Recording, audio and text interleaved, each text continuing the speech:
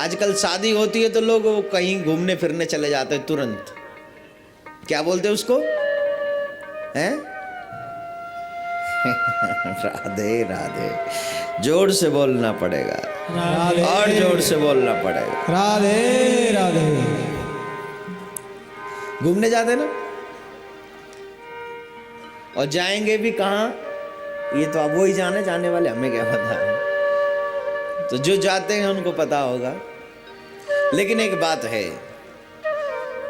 राम चरित्र कितना मर्यादित है, कितना सुंदर ग्रंथ है, कितना मार्गदर्शक है, कितना बड़ा मार्गदर्शक है। गांधी जी ने अपने जीवनी परिचय में कुछ लिखा ऐसा कि जब भी मैं भारत को आजाद कराने के समकक्ष जब कभी कभी मैं मति रुकती या मैं कहीं थमता, उस समय में दो ग्रंथों का सहारा लेता, एक गीता का और एक रामायण का, और फिर मैं आगे बढ़ता। मैं हमेशा कहता हूं रामायण आपके जीवन की हर एक समस्या का समाधान है। ऐसी कोई समस्या ही नहीं है जिसका समाधान रामायण में ना हो।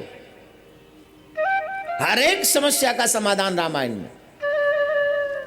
लेकिन विनम्र निवेदन ये, समस्या लेकर दुनिया में भटकने की बजाय रामायण की शरण में बैठ जाओ। रामायण का मतलब है राम का भवन है ये, अयन शयन, जहां राम स्वयं विराजमान होते हैं।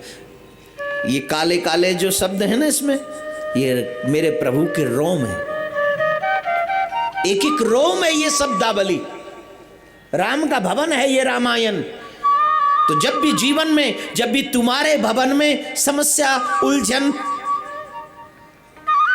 कठिन परिस्थिति आ जाए, उस समय राम के भवन में प्रवेश करो।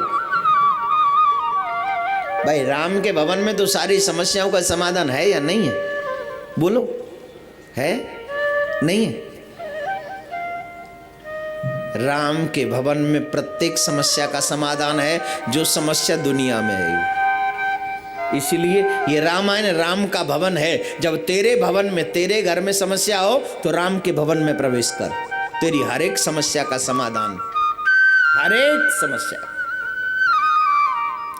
ये रामायण कितनी सुंदर है। न्यू कपल के लिए भी इसमें कुछ दिया है।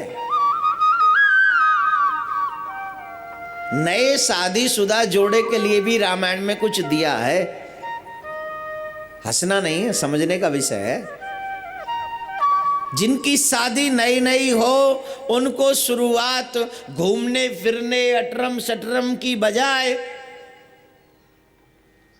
राम के चरित्र को सुनकर करनी चाहिए।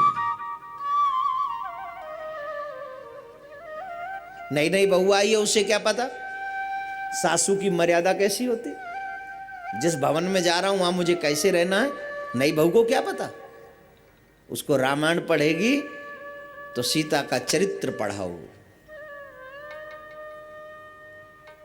सीता मां कैसे कौशल्या मां की सेवा करती है। शादी के बाद राम का पुत्र का जीवन कैसा निकला, ये उस बेटे को पता चले। शादी के बाद पुत्र भी तो असमंजस में आ जाता, मां का पक्ष लूं कि बहू का। गलत है ना, गलत है। मां कह देती है जब से ये आई है ना तू इसी के साथ रहता, निकम्मे, मैंने पाला पोसा बड़ा किया, तू ऐसे ही इसीलिए जन्मा था।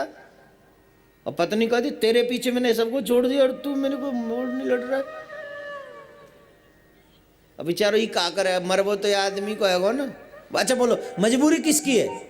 पत्नी कह देती है मैं तेरे पीछे आई, मां कह देती है मैंने तुझे जन्म दिया।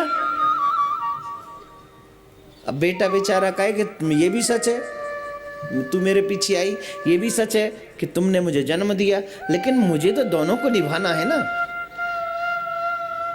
इसलिए सामंजस्य बैठाने के लिए रामायण का शरण जरूरी है मेरे भाई बहन, नौजवान भाइयों के लिए, बहनों के लिए, नवयुगल दंपत्ति के लिए। दोनों को मर्यादा में रहना आ जाएगा। अरे घूमना फिरना तो जिंदगी में कभी भी कर लेना। जब मन करे तब चले जाना घूमने। पहले 9 दिन का राम विवाह होते ही राम कथा सुन, 9 दिन की रामायण पढ़ अपने घर में अपने आप। यकीन नहीं आता तो सुनिए ना, शंकर भगवान क्या कर रहे हैं। शादी हुई है, शादी हुई, पार्वती मैया को दुल्हन बना कर लाए, और दुल्हन बना कर लाए तो कैलाश पर्वत पे बैठ गए, मैया को श्रोता बनाया, खुद कथा कहने लग गए। और कथा किसकी? राम की कथा। जो न्यू कपल है ना, उसको राम कथा सुननी चाहिए, भागवत कथा नहीं है। जीना रामायण सिखाती है, भागवत मरना सिखाती है। जब संसारिक जो हमारे ऊपर जिम्मेवारियां हैं उनसे जब हम तृप्त हो जाएं, पूरी हो जाएं। वैसे तो भागवत रस्म और हमेशा श्रवण करते रहना चाहिए। रसिका भोवि भावुका, मुहुर हो रसिका भोवि भावुका, हमेशा श्रवण करनी चाहिए। लेकिन जब शादी का चक्कर हो तो पहले पहले राम कथा सुननी चाहिए। बैठ गए, पार्वती माँ पूछ रही है मुझे वो बताओ, वो मेरे साथ ऐसा क्यों हुआ, मुझे राम पर संदेह हुआ, एक ही राम है दो, उनके ऐसे प्रश्न हैं। तब मेरे प्रभु कहते हैं, शंकर भगवान कहते हैं, माँ पार्वती के कुछ प्रश्न हैं, उन प्रश्नों का उत्तर देते हुए बाबा भोले क्यों आते, भगवान को पृथ्वी पर आने की जरूरत क्या? वो तो इच्छा कल्पना मात्र से ही संसार में जो चाहे वो कर सकते हैं, उनको तो कल्पना करना है, फिर वो आते क्यों हैं, किस लिए आते हैं मेरे प्रभु? तब बाबा भोलेनाथ कहते हैं, देवी कहिए सुनिए समुझ सचेता, सावधान सुन सुमत सयानी भवानी, सावधान होकर सुनना है। और यहाँ हमारी असावधानी इतनी है कि न कथा का समय हमको पता है, न आने का समय पता है, न जाने का समय पता है। कई लोगों का टाइम फिक्स है, 4:45 उठ जाते हैं, मैं देख रहा हूं पिछले 4 दिन से। क्यों? किस? और ऐसा नहीं, अच्छा एक तो ये तो आनंद नहीं आया तो दूसरे दिन आओ मत, लेकिन आते भी डेली हैं और जाते भी 4:45 बजे डेली हैं। जबकि नियम है जब तक आरती न हो जाए तब तक जाना नहीं चाहिए, जब मंगलाचरण हो उससे पहले बैठ जाएं। थोड़ी सी ये सावधानी है मेरे भाई। और हमारी और आपकी बात छोड़ो, ये शुरुआत कौन कर रहे हैं? बाबा भोलेनाथ अपनी पत्नी से। अब खुद महादेव है, उनको जरूरत ही नहीं है सावधान कहने की। और जब वो प्रश्न कर रही हैं तो उसका आंसर तो सावधानी से लेंगी ना, लेकिन नहीं, फिर भी सचेत कर रहे बाबा, सावधान, क्योंकि तुम पीछे गलती कर चुकी हो ऑलरेडी। पिछले जन्म में तुमने गलती की है, राम की परीक्षा लेकर इस जन्म में इस बारी को ऐसा प्रश्न भी मत करना। अभी भी तुम शंकाप्रद प्रश्न कर रही हो, राम एक है कि दो ही, कि क्या ही राम? इसलिए सावधानी से। और आपसे भी निवेदन मेरा, सावधानी हटी,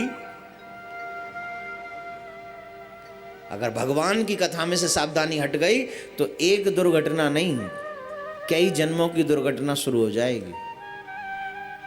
भगवान की कथा में हमेशा चित्त लगना चाहिए, सावधान होना चाहिए, और सावधान होकर पूरे मन से कथा सुनना चाहिए। ये कथा हमारे जीवन की एक धारा को बनाती है, धारा बदलती है।